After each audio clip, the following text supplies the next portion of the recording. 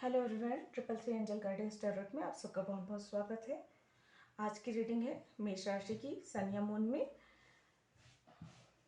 Card के माध्यम से जानेंगे कैसा रहने वाला है मार्च का मंथ मेष राशि के लोगों के लिए। ये एक जनरल रीडिंग है, सारी बातें रेजोनेट नहीं करेंगी। जो बातें रेजोनेट होती हैं रख लें, बाकी बातों को जाने दें। वीडियो अगर पसंद आता है तो प्लीज़ लाइक करें, शेयर करें, सब्सक्राइब करें मेरे चैनल को। अगर आप सबने पहले सब्सक्राइब किया हुआ है तो आप सबका बहुत बहुत धन्यवाद मेरे चैनल को सब्सक्राइब करने के लिए, मुझे सपोर्ट करने के लिए। चलिए जानते हैं कार्ड्स क्या बताते हैं, कैसा रहने वाला है मार्च का मंथ मेष राशि के लोगों के लिए।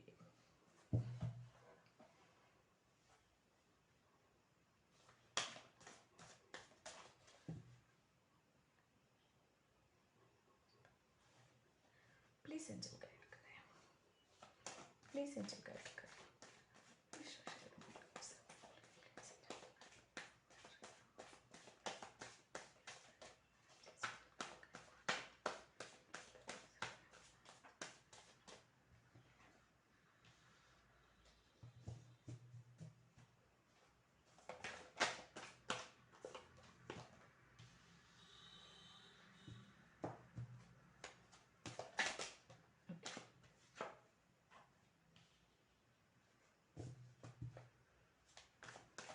प्लीज एंजल गाइड करें मार्च का मंथ मेष राशि के लोगों के लिए कैसा रहने वाला है। दो कार्ड से हम ले लेते हैं।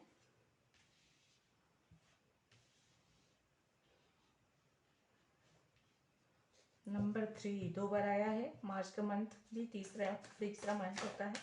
नंबर 3 महत्व रखता है, आप लोगों के लिए महत्वपूर्ण होगा। मूलांक भाग्यांक या लाइफ पर्पस नंबर भी हो सकता है।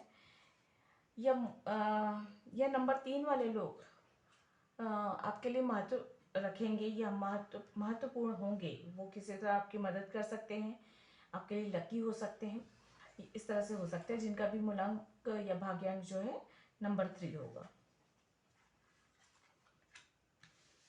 चलिए यहाँ पे मुझे एक कार्ड चाहिए था लेकिन दो कार्ड आ गए तो मैं ले लेती हूँ।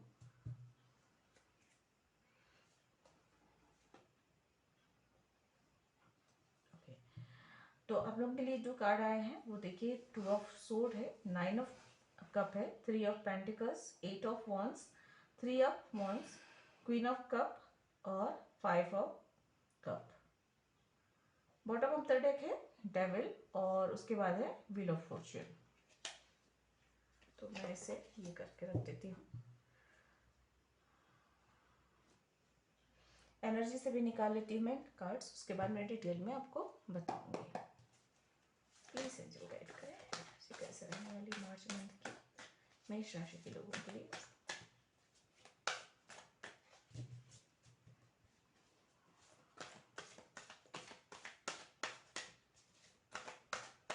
थैंक यू, प्लीज गाइड करें।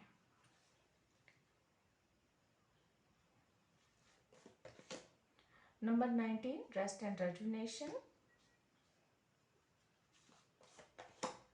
Number 41 seven chakra archangel Uriel. और है number 45 man holding a heart. Number 9 की एनर्जी भी आ रही है, यहाँ पे डबल 9 आ चुके हैं, यहाँ पे 9 है, यहाँ भी 9 है। तो डबल 9 की energy and bottom of the deck भी देखिए नंबर 9 है, ब्रोकन हार्ट और स्ट्रेंथ, एंजल ऑफ स्ट्रेंथ।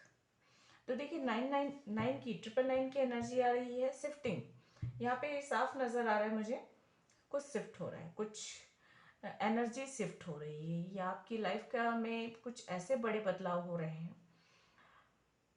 सबके साथ सारी चीजें रेजोनेट नहीं होगी, प्लीज एक बात ये, जो सिचुएशन जो कार्ड्स बता रहे हैं वो यहाँ पे अगर किसी की ऐसी सिचुएशन है कि किसी चीज में स्टक है, कोई परेशानी में फंसे हुए हैं, जहाँ पे उस परेशानी से बाहर निकलने का आपको समझ में नहीं आ रहा है, कोई ऐसी सिचुएशन में यूनिवर्स ने डाला है या हालात ने डाला हुआ है जहाँ से आप बाहर नहीं निकल सकते। कुछ ब्रोकन हार्ट वाली एनर्जी है, कुछ लॉस की एनर्जी है, ब्रेकअप हो सकता है, किसी का डिवोर्स चल रहा है, ये हो सकता है, या डिवोर्स की बात हो सकती है, और किसी न किसी प्रकार का सेपरेशन, लॉस या डिसीजन ना ले पाने की स्थिति होना। अगर इस तरह की एनर्जी है जहाँ पे किसी कंफ्यूजन की वजह से कोई थर्ड पार्टी की वजह से आपके रिश्ते खराब हुए आपके पार्टनर के साथ, या ऐसी स्थिति में है, देखिए जरूरी नहीं कि रिलेशनशिप को लेकर हो, हेल्थ को लेकर भी हो सकता है, हेल्थ में प्रॉब्लम चल रही है ये भी हो सकता है, बिजनेस या आपके कैरियर को लेकर भी आप कंफ्यूज है कि कौन सा चुने क्या करें, बिजनेस को लेकर कुछ बड़े निर्णय लेने हैं उसमें भी आपको कंफ्यूजन है, या किसी ने चीट किया, किसी ने धोखा दिया, पार्टनर हो सकता है, फ्रेंड हो सकता है, कलीग हो सकता है, कोई प्रोजेक्ट में आपने मेहनत की लेकिन वहां पर कोई और क्रेडिट लेकर चले गए, इस तरह की एनर्जी भी हो सकती है।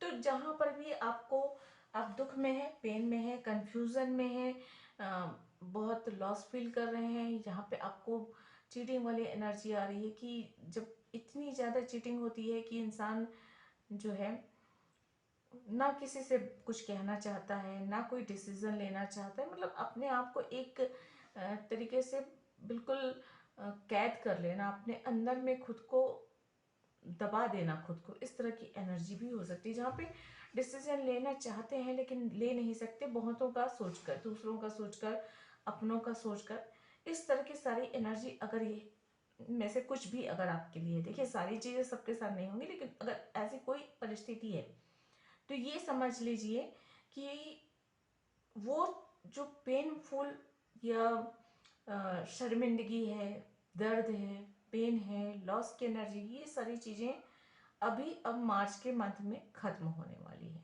लेकिन खत्म होने से पहले वो आपको पेन में तो है, दर्द देकर जाएगी, सबक सिखा के जाएगी। अब कितना आप सबक सीखते हैं ये आपके ऊपर निर्भर है, क्योंकि ये सिचुएशन आई है आपको सबक सिखाने के लिए, आपकी सोल की अवेकनिंग के लिए, या आपको कुछ लोगों के असली चेहरे दिखाने के लिए इस तरह की एनर्जी आई हुई है। तो ये जो भी सिचुएशन है, ये सारी चीज़ों से आप बहुत आसानी से, बहुत बड़े आराम से बाहर निकल जाएंगे। सिर्फ आपको अपने आप पर विश्वास रखना है और अपने ईश्वर पे विश्वास करना है। ईश्वर से कभी भी, ईश्वर पर से विश्वास नहीं उठने देना है, क्योंकि जब विपरीत परिस्थितियाँ आती है ना, तो विपरीत परिस्थितियाँ नेगेटिविटी जो है क्रिएट करती हैं, जो दर्द है, तकलीफ है, परेशानियां है ना, ये सारी चीज़ें नेगेटिव एनर्जी क्रिएट करती है। मतलब आप ये सोच लीजिए कि एक अंधेरा है, अंधेरा है तो अंधेरे को कौन मिटा सकता है? अंधेरे को सिर्फ उजाला ही मिटा सकता है। एक छोटा सा दिया, एक छोटी सी चिंगारी ही जो है अंधेरे में एक रास्ता दिखा सकती है, ये बात होती है। तो वो एक बुरे से बुरी परिस्थिति में जो ईश्वर होते हैं, जिस भी धर्म को हम मानते हैं, जिस पर भी हमारा विश्वास है, गुरु को या धर्म को या किसी किताब को मान रहे हो या किसी मूर्ति को मान रहे हो, किसी विचारधारा को, ईश्वर क्या होते हैं? ईश्वर एक, मैं ईश्वर को कहती हूँ कि एक दिए की लौ की तरह, वो दिया की लौ जो आपकी एक चिंगारी होती है, जो हमें रोशनी देता है, जो हमें जीवन जीने को सिखाता है, जो हमें सकारात्मकता की ओर लेके जाता है, जो हमें ऊर्जा देता है। अग्नि का क्या काम होता है? अग्नि का काम होता है ऊर्जा देना। वो उसी ऊर्जा से भोजन भी बनता है, उसी ऊर्जा से रोशनी भी होती, उसी ऊर्जा से जो है हम शक्ति भी प्राप्त करते हैं। तो एक तरीके से ऊर्जा है, ईश्वर जो है एक सकारात्मक ऊर्जा है, किसी भी रूप में आप मानते हैं, उसका हाथ कभी नहीं छोड़ना चाहिए। क्योंकि जैसा कि अंधेरा होता है तो अंधेरा खुद को और घना करके कोशिश में लगा रहता है कि वो हमारे चारों ओर इतना घना अंधेरा कर दे, उसकी चाहत यही होती है कि इतना घना अंधेरा कर दे कि कहीं कोई रास्ता ना मिले। लेकिन जब एक छोटी सी सकारात्मक ऊर्जा होती है, एक छोटी सी चिंगारी, एक छोटा सा दिया जो होता है, वो भी आपको उत्साह से भर सकता है। रोशनी की एक किरण जो होती है वो आपको रास्ता दिखा सकती है। वही काम ईश्वर करते हैं। तो कभी भी अक्सर ये होता है कि विपरीत परिस्थितियां जब आती हैं तो इंसान का सबसे पहले विश्वास ईश्वर से भी उठता है, कि वो ये सोचता है कि यार मैंने इतनी मेहनत की, इतने व्रत किए, इतने उपास किए, इतने किताबें पढ़ी, इतना दान धर्म किया, फिर भी मेरे जीवन में कष्ट है, तो क्या मतलब ये सब करने का? सबसे पहले यही विचार आता है और हर इंसान के मन में विचार आता है। लेकिन इस विचार पर सबसे पहले कंट्रोल करना जरूरी होता है। मतलब वो कहते हैं ना कि अगर युद्ध में हो और युद्ध में अगर आपके अंदर जोश आ गया कि कुछ भी हो जीतना है, तो आधी जंग तो आप तभी जीत लोगे। लेकिन अगर युद्ध शुरू होने से पहले ही आपके मन में ये विचार आ गया कि सामने वाला प्रतिद्वंदी बहुत तगड़ा है, स्ट्रांग है और आप हार जाएंगे, तो आप समझ लीजिए कि आप युद्ध हार गए, बिना लड़े ही हार चुके हैं आप, फिर आपको कोई जीता नहीं सकता। तो यहाँ पे यही बात होती है कि स्वर का हाथ बिल्कुल नहीं छोड़ना है। विपरीत परिस्थितियां हैं, सबक सिखाएंगी, सबक सीखिए, सबक को याद रखिए, परिस्थितियों को भूल जाइए जब वहां से आप बाहर निकलेंगे। और इस परिस्थिति से बाहर निकलने के लिए मेडिटेशन करिए, ध्यान कीजिए, योग कीजिए, और ऐसा कुछ ऐसा कुछ कीजिए जो आपको नए उल्लास से, नई ऊर्जा से भर दे, सकारात्मक विचारों से भर दे। चाहे आप किताब पढ़िए, चाहे आप आराम कीजिए, चाहे आप प्रवचन सुनिए, चाहे आप किसी अच्छे दोस्त से या अपने परिवार के किसी ऐसे व्यक्ति से बात करें जिनसे आपको सकारात्मक ऊर्जा मिलती है। तो उस तरह से आप बाहर निकल सकते हैं बहुत आसानी से। ये परिस्थितियां हैं आपको कुछ सिखाने के लिए आई हैं, इस बात का ध्यान रखिए। और अगर जो है बाकी लोगों के लिए मैं ये कह दूं, अगर जनरल में कहूँ तो परिस्थितियां आएंगी जाएंगी, अच्छी बुरी वक्त आता है जाता है, उस पर उस चीज को अपने ऊपर हावी नहीं होने देना, ये याद रखिए। मार्च का मंथ थोड़ी सी कंफ्यूजन लेके आएगा, थोड़ी परेशानी लेकर आएगा, लेकिन वो जल्दी हटने वाली है। रिलैक्स महसूस करेंगे, संतुष्ट महसूस करेंगे मार्च के इस मंथ में। और जो है आपका अगर कोई काम रुका हुआ है, कोई डिसीजन रुका हुआ है, तो वो आगे बढ़ता हुआ नजर आ रहा है मुझे, और उसकी वजह से आप काफी रिलैक्स महसूस करने वाले हैं।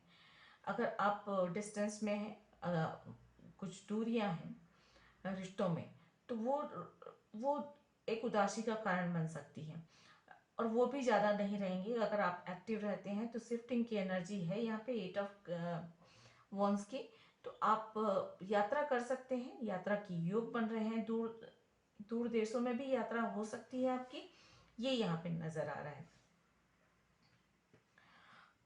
हार्ट चक्र काफी एक्टिव रहने वाला है, आपके दिल में प्यार भी रहेगा, केयर भी रहेगी, रिलैक्स भी रहेंगे।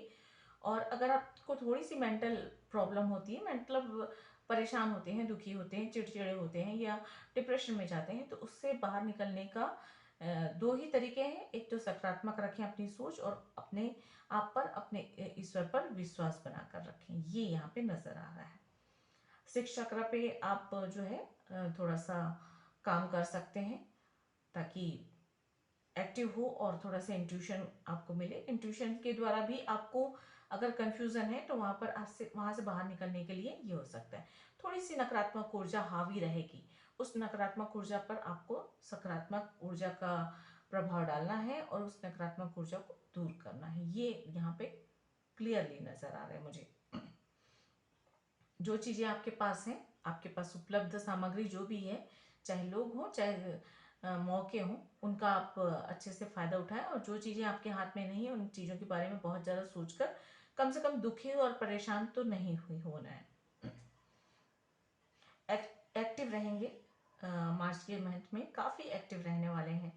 और जर्नी है, एक जर्नी मुझे नजर आ रही है, एक तो स्पिरिचुअल जर्नी भी है जहाँ पे आपके आसपास आपके जीवन में बदलाव होंगे, चीजें चेंज होगी, लोगों के चेहरे नजर आ सकते हैं असली, या आप को की यात्रा हो सकती है, या मेच्योरिटी लेवल भी बढ़ सकता है, चीजों को देखने का नजरिया, चीजों को समझने का नजरिया, ये भी चेंज होता हुआ मुझे नजर आ रहा है।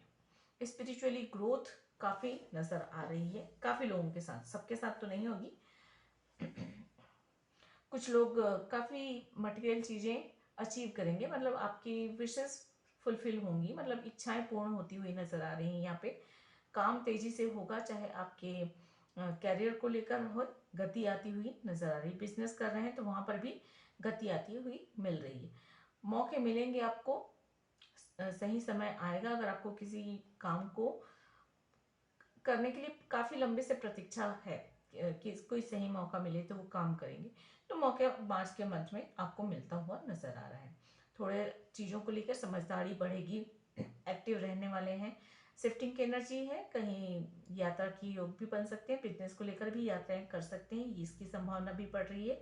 या आपकी तरफ कोई प्रपोजल भी आ सकता है, अगर आप किसी को प्रपोज करना चाहते हैं तो भी आप किसी को प्रपोज कर सकते हैं।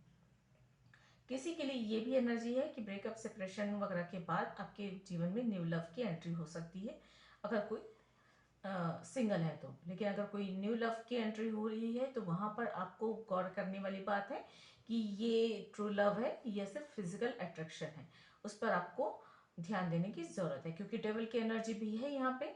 तो हो सकता है कोई इंसान आपके जीवन में आए तो वो ट्रू लव ना होकर अट्रैक्टेड हो। तो अगर आप जिस तरह का भी कनेक्शन चाहते हैं उसको लेकर आप सावचेत रहें, सावधान रहें, ये यहाँ पे कहा जा रहा है। चलिए आप लोगों के लिए देख लेते हैं कि आप अगर कोई क्वेश्चन है तो पूछ लीजिए। ओवरऑल एनर्जी में कहूँ तो ठीक ठाक है। ओके, तो अगर आपके कोई क्वेश्चंस हैं तो आप पूछ लीजिए और देखते हैं एंजल आपके क्वेश्चंस के क्या आंसर देती हैं। नहीं तो इस रीडिंग के अकॉर्डिंग एंजल आपको क्या गाइड करते हैं ये चेक कर लेते हैं।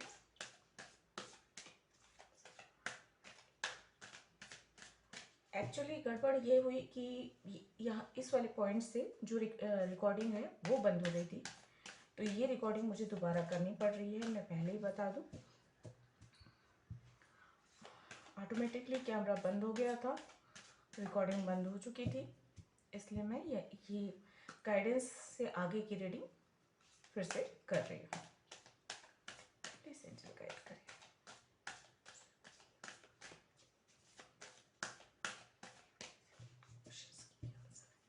प्लीज एंजल गाइड करें।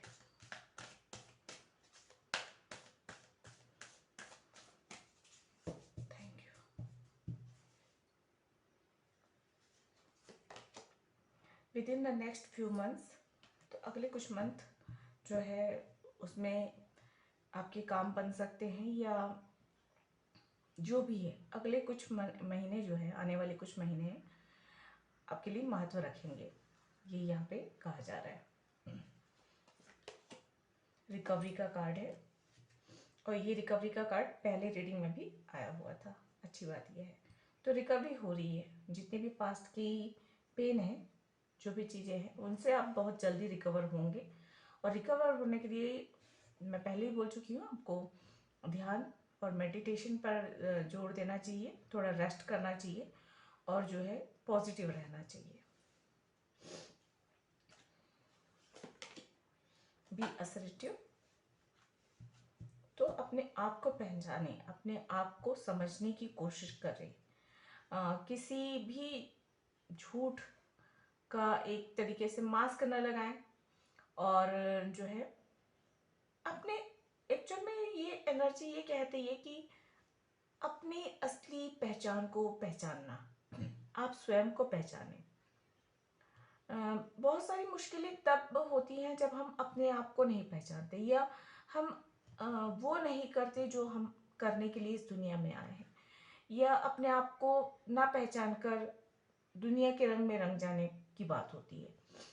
कि कई बार ऐसा होता है कि आपके अंदर जो टैलेंट है वो दब कर रह जाता है, कि आप उसे बाहर नहीं ला सकते। क्यों? क्योंकि लोग उस चीज़ के लिए आपको मना कर देते हैं, या लोग क्या कहेंगे वाली बात आ जाती। तो यहाँ पे ये यही कहा जा रहा है, आपके लिए सलाह यही दी जा रही है कि अपने आप को पहचानिए, अपने हुनर को निखारिए, अपनी समस्याओं को समझने की कोशिश करिए, और समस्याओं का निदान निकालने की कोशिश खुद करिए। कि जैसे मैंने कहा कि आप स्वयं कर सकते हैं। आपकी जो समस्या है उसका सबसे बेहतर हल जो है, आंसर जो है वो, या उस समस्या का समाधान जो है, सबसे बेस्ट समाधान जो है वो आप स्वयं ही निकाल सकते हैं। क्यों? क्योंकि समस्या आपकी है। दूसरे उस तरीके से नहीं देख सकते, दूसरे उस चीज को नहीं समझ सकते जो आपके हालात हैं, जो आपकी परिस्थितियां हैं। तो आपकी परिस्थितियों में, जिन परिस्थितियों में आप फंसे हुए हैं, उनसे निकलना का रास्ता जो है वो सबसे बेहतर आप ही समझ सकते हैं। तो अपने आप को पहचानिए, अपने आप से बात कीजिए। सबसे पहली बात तो ये है कि अपने आप से बात कीजिए। यहाँ पे मैं यही सलाह दूंगी कि विपरीत परिस्थितियों में ना जब ये होता है कि बहुत विपरीत परिस्थितियां हों और लोगों से बात करने का मन नहीं करता, तो आप अपने आप से बात कीजिए, अपने ईश्वर से बात कीजिए। और अगर आपकी बहुत ज़्यादा गंभीर समस्या है ना कि कुछ हल नहीं निकल रहा है, बहुत परेशान है, तो आप नेचर से बात कीजिए, प्रकृति प्रकृति की किसी भी जीव से, चाहे पक्षी हो चाहे कोई जीव हो, आपका कोई पेट हो, उससे बात कीजिए, अपनी सारी समस्याएं उसे बताइए, या किसी पौधे से बात कीजिए, किसी फूल से बात कीजिए, किसी पत्ती से बात कीजिए। उनके अंदर वो ऑरा होती है, एक तरीके से पॉजिटिव एनर्जी होती है कि वो आपके सारे दुख, सारे दर्द, सारी परेशानियों को बहुत आसानी से सोख लेते हैं, अपने अंदर समा लेते हैं, और अपनी ऊर्जा से, अपनी ताजगी से, अपनी खुशबू से, अपनी रंगत से आपकी मन को उल्लास से भरते हैं।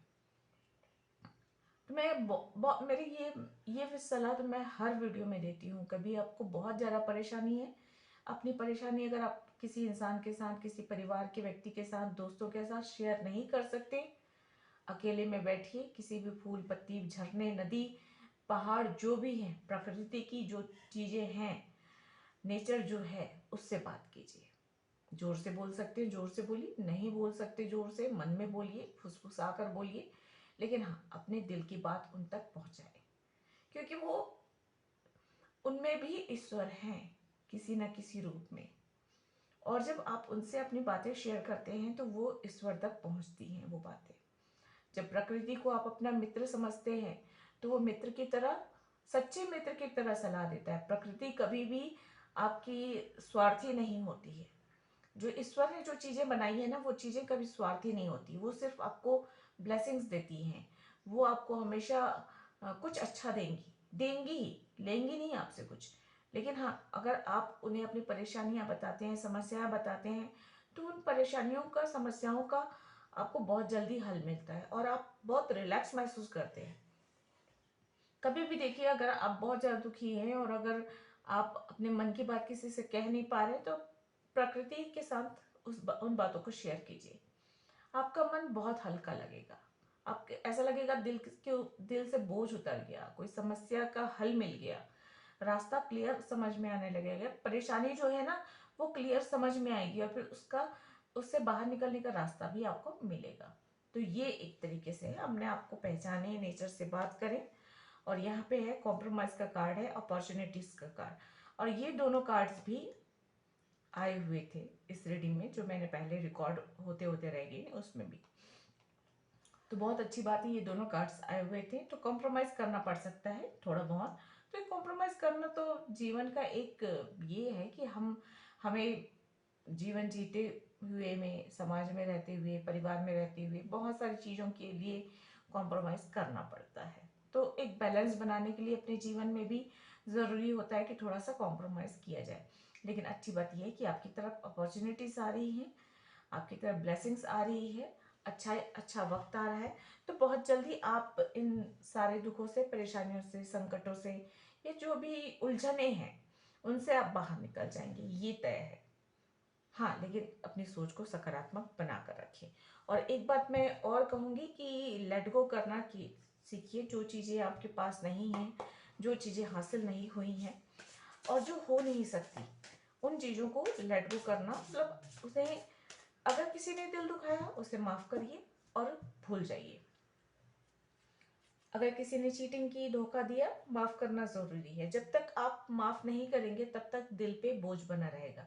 आप और मुंह से सिर्फ माफ़ कर देना नहीं है, दिल से अपनी अंतरात्मा से माफ़ करना ज़रूरी है।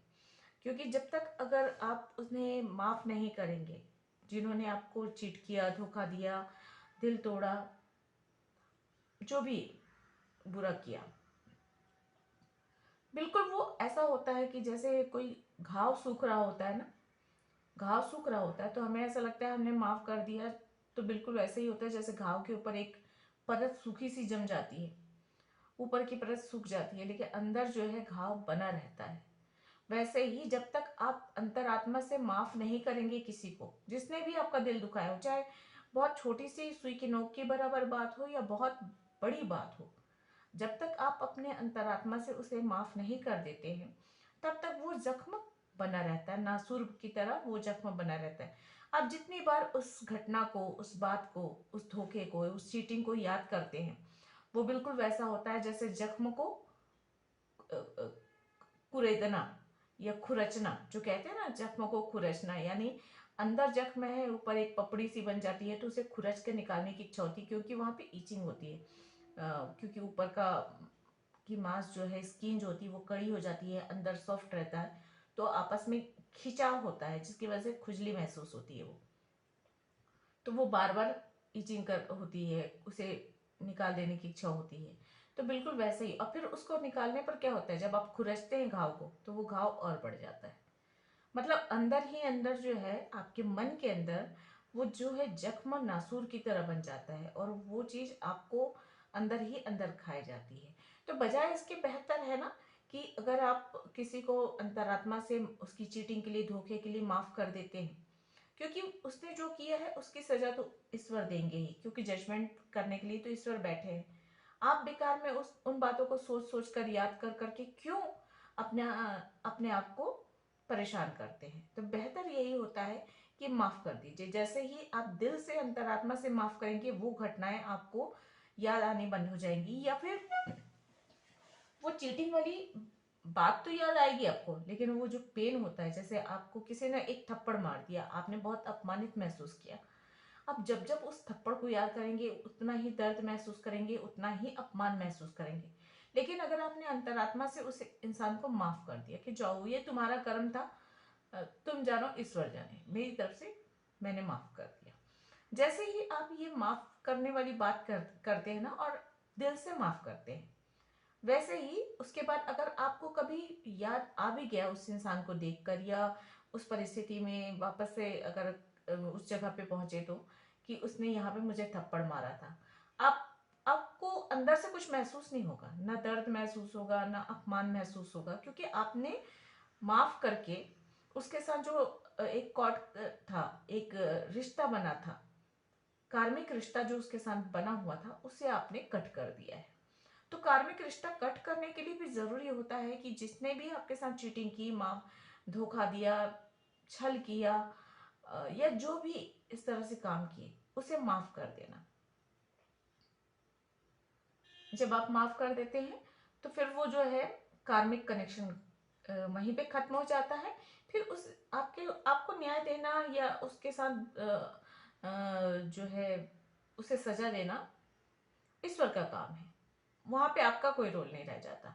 तो आपके मन से बोझ उतर जाता है, आप रिलैक्स महसूस करते हैं, बार बार उस दुख और दर्द और अपमान से बाहर निकल जाते हैं। फिर वो एक आप न्यूट्रल हो जाएंगे उस चीज को लेकर। जब आपने दिल से माफ किया ना, आप बिल्कुल न्यूट्रल हो जाएंगे, कोई फर्क नहीं पड़ेगा। वो घटना याद भी आ गई तो वो इंसान भी सामने आ गया, आपके मन पर कोई उसका कोई प्रभाव नहीं पड़ता है। वरना होता है ना कि 10 साल, 20 साल, 50 साल पहले की बात है कि किसी ने अपमानित कर दिया, वो बात पकड़ के बैठे, वो 50 साल बाद भी याद है, वो दिल में एक दुश्मनी है कि उसने मुझे ऐसा कहा था, या उसने मुझे थप्पड़ मारा था, या उसने मुझे चीटिंग की थी, उसने मुझे धोखा दिया था, उसने मेरा सामान चुराया था। ये सारी चीजें तो क्या है, एक कनेक्शन बंधा हुआ है, एक डोर बंध गई उसके साथ, झूठ फरेब धोखे की। आपने वो डोर कट कर दी माफ करके, उसका आपका किस्सा वहीं पे खत्म हो गया, वो कहानी वहीं पे खत्म हो गई। तो ये एक तरीके से मदद मिलती है अपने आप के लिए। चलिए और देख लेते हैं यहाँ से गाइडेंस क्या है आप लोगों के लिए।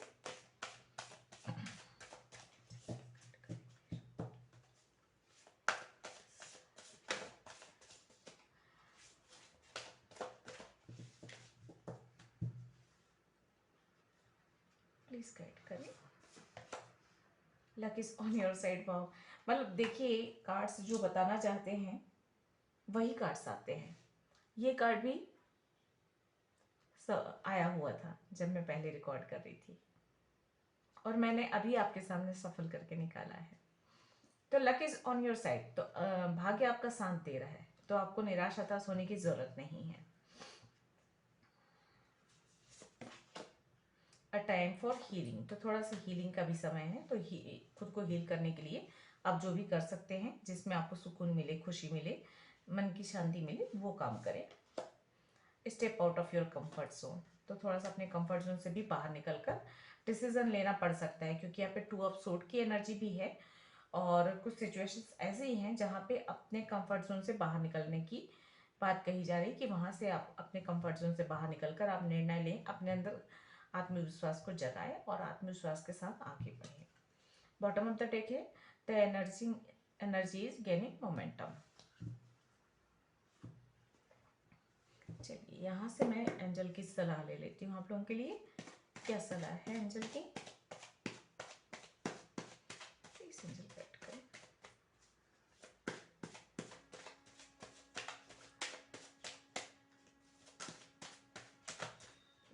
ये बहुत सारे कार्ड्स हैं, ये नहीं लूंगी मैं।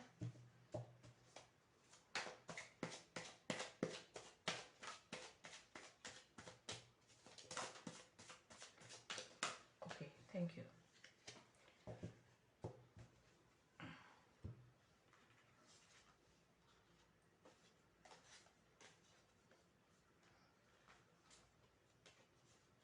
Moving on to a better place.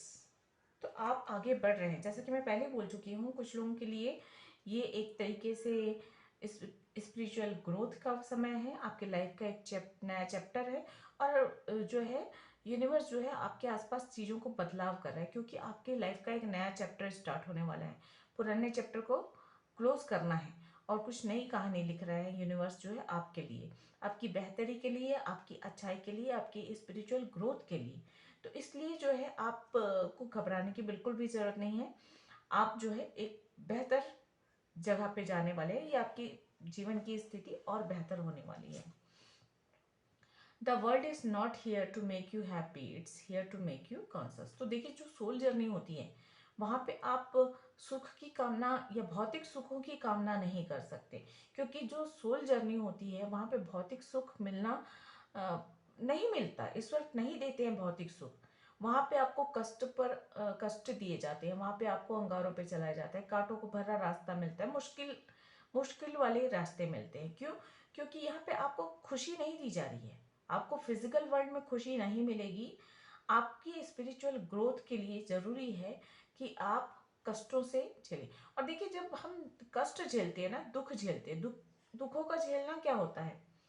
दुख है, तकलीफ है, पीड़ा है, बीमारी है, या किसी भी प्रकार की धोखा, चीटिंग, तो ये इनका जुड़ाव एक और चीज से होता है, ये होता है हमारे पास्ट कर्म। मान लीजिए आपको किसी ने चीट किया, आपको किसी ने धोखा दिया, आपको किसी ने दर्द दिया।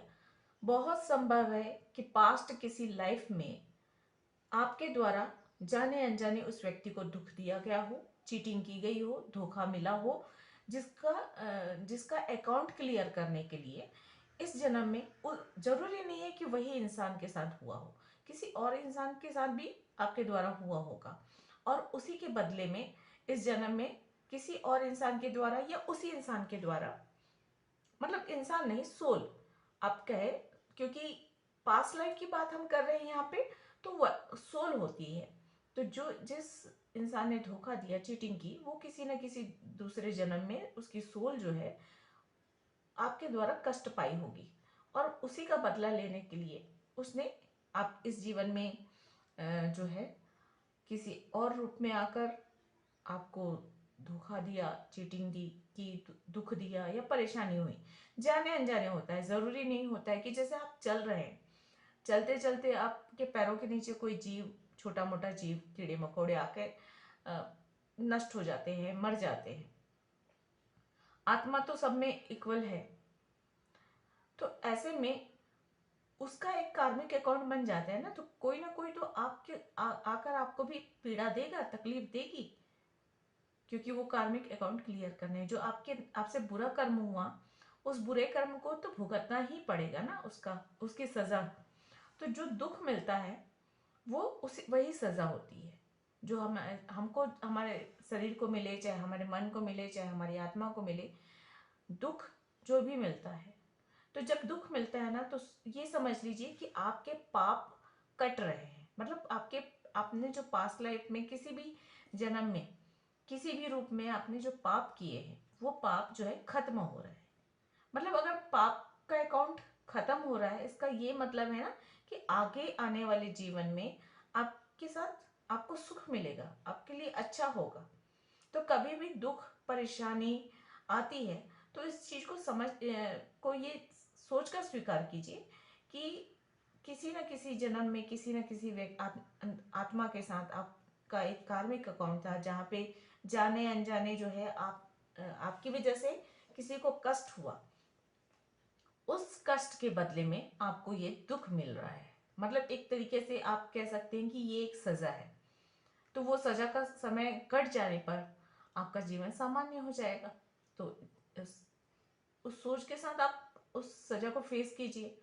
और अगर आपके जीवन में, इसलिए कहते हैं कि जब आप बहुत कष्ट में हो ना, तो भगवान को कोसने की बजाय ना माफी मांगिए, ईश्वर से माफी मांगिए कि ये कष्ट क्यों मिला, किसी न किसी अनजानी गलती की वजह से मिला है। तो उस गलती के लिए आप ईश्वर से भी क्षमा मांगिए। और जिसको कष्ट हुआ है आपकी वजह से, जिसके बदले में आपको सजा मिली है, उस आत्मा से भी आप माफी मांगिए। देखिए, वो आत्मा नहीं जानते हम कि किस लोक में है, कहाँ है, लेकिन जो है आप जब प्रार्थना में माफी मांगेंगे तो उस आत्मा तक आपकी आवाज जरूर पहुंचेगी, क्योंकि प्रार्थना में बहुत शक्ति होती है। तो ये जो स्पिरिचुअली आपकी जर्नी आगे बढ़ रही है, तो वहां पे आप फिजिकली खुशियों की या भौतिक सुखों की कामना ना करें। यहाँ पर आपको जो है कुछ सबक सिखाने के लिए, कुछ आगे बढ़ाने के लिए लाया गया है। You find peace not by rearranging the circumstances of your life, but by realizing who you are at the deepest level. देखिए, यहाँ पे यही कहा जा रहा है, ये कार्ड्स पहले भी आ चुके हैं और ये कार्ड्स पहला बता चुके हैं, मैं पहले ही बोली हूँ, अपने आप को पहचानना है। आप परिस्थितियों को देखकर आकलन करके अपनी परेशानियों से बाहर नहीं निकल सकते, सुख नहीं पा सकते, लेकिन आप रियलाइज करें कि आप क्या हैं। अपने आप को पहचानना है यहाँ पे, तभी आप जो है आपको सुख शांति मिल सकती है। जीवन है, जीवन में समस्याएं आती जाती रहेंगी, आप उनको कुछ नहीं कर सकते। पहिया घूम रहा है और घूमते घूमते पता नहीं अगले पल में क्या लेकर आएगा, आप निश्चित रूप से नहीं कह सकते। लेकिन उन परिस्थितियों के लिए तैयार रहना, अच्छे के लिए ईश्वर को धन्यवाद करना, बुरे समय के लिए अपनी पुरानी गलतियों के लिए क्षमा मांगना, ये कहा जा सकता है। और अपने आप को समझना, अपने आप को पहचानना जरूरी होता है। ये कार्ड फिर से रिपीट हुआ है, be bold and make the first move. मैंने जो पहले रीडिंग की थी उसमें भी ये कार्ड आया हुआ था। तो be bold and make the first move का कार्ड है। तो आपको जो है अपने मन में आत्मविश्वास जगाना है और जो है विपरीत परिस्थितियां जहाँ पे हैं, जो चीज़ें आपको सर्व नहीं हो रही है वहां से आपको आगे बढ़ना है। जो चीज़ें दुख दे रही हैं, जो लोग चीटिंग कर रहे हैं, उन लोगों से माफ़ कीजिए, आगे बढ़िए। एक अपने लाइफ का एक रूल बनाइए कि जिसने भी दुख दिया, चीटिंग की, धोखा दिया, दिल तोड़ा, परेशान किया, उस इंसान को माफ़ करो और वहां से आप आगे बढ़ो। उसके साथ अब किसी इंसान को जब हम घर पे हैं या परिवार का है, कोई ऑफिस का कोई व्यक्ति है या आपके क्लोज फ्रेंड्स में से है, आप उसके साथ एकदम से तो बिल्कुल रिश्ता नहीं तोड़ सकते हैं, कई बार ऐसा होता है। तो उसके साथ एक हेल्दी बाउंड्री बनाइए। बिल्कुल जैसे अजनबी मिलते हैं तो मुस्कुराकर आगे बढ़ जाते हैं ना। अजनबी कई बार एक दूसरे को देखते हैं, या तो अगर नजरें मिल गई तो मुस्कुरा दिए, आगे बढ़ गए, एक दूसरे के जीवन में दखल तो नहीं देते ना। बिल्कुल वैसे ही हेल्दी डिस्टेंस बाउंड्री बनाइए, उनके साथ उन्हें माफ़ कीजिए, अपने दिल से उन्हें उनकी गलतियों को भुलाकर आप आगे बढ़िए। जाने अनजाने कभी उनसे टकराव हो जाता है, मिल जाते हैं, आमने सामने हो जाता है, मुस्कुराइए और आगे बढ़िए, बिल्कुल अजनबियों की तरह। ना आप उनके लाइफ में इन्वॉल्व हुई, ना उन्हें अपने जीवन में किसी भी प्रकार से इन्वॉल्व होने दीजिए। तो ये थी रीडिंग आप लोगों की। आई होप आप लोगों को पसंद आई होगी। अगर ऐसा है तो प्लीज़ लाइक करें, शेयर करें, सब्सक्राइब करें मेरे चैनल को। मैं मिलती हूँ इसी तरह की किसी अन्य रीडिंग के साथ अगले किसी वीडियो में। तब तक मेरे वीडियोस को देखने के लिए आप सबका बहुत बहुत धन्यवाद। God bless you. Thank you.